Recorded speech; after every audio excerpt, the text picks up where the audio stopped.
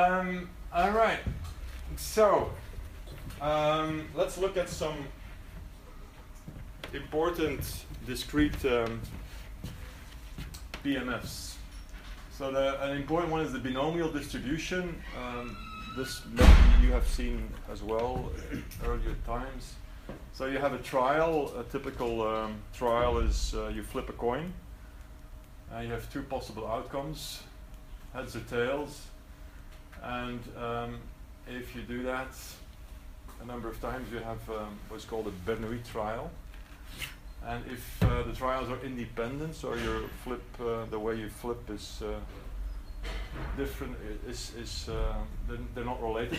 Your different trials, for some reason, you can keep it independent. The probability of success or having heads or tails is the same every time. Then we have this Bernoulli binomial distribution.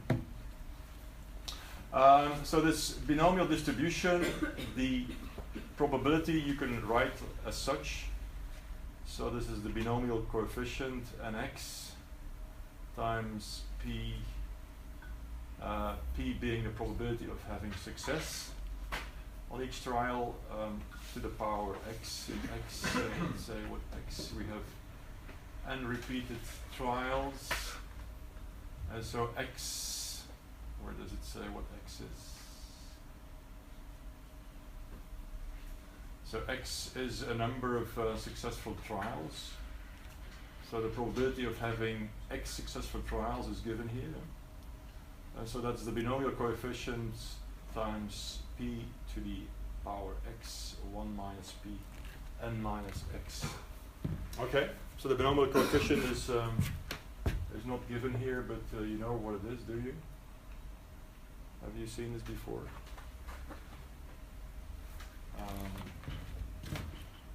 Binomial coefficients. Normally, somebody in the audience knows. Yes.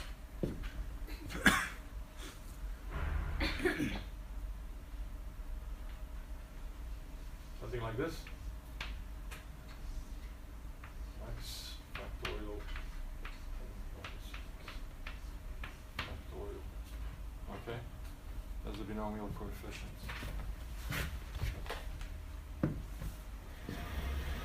All right, so you can then calculate this for a specific case. So this is n20. So a total of 20 trials. P is 0.5. So for a true coin, this would be the expected. So this would be the binomial distribution. Okay, so we expect 0 for 0 times heads, for instance. And if you look at 10, the probability of having 10 times heads is close to 0.18. If you change the probability of having a success on each of the trials to 0.1 or 0.9, this is what you get. Okay, so it becomes less, obviously less symmetrical. Okay.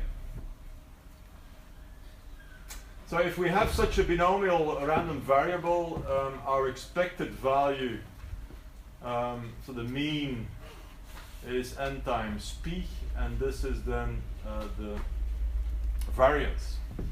So let's see if we can apply this.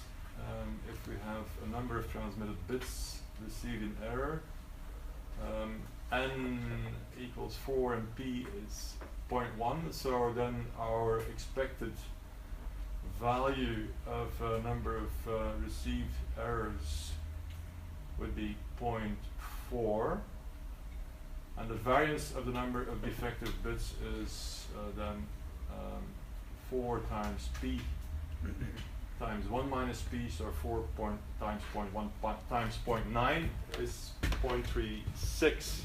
Okay.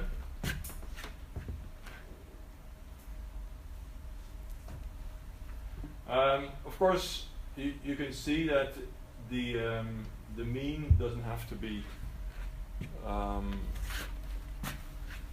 on one of the possible values of the discrete random variable. Okay, so 0.4.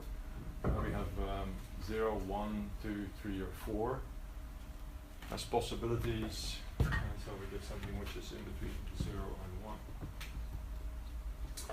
1. A second important distribution is the Poisson distribution.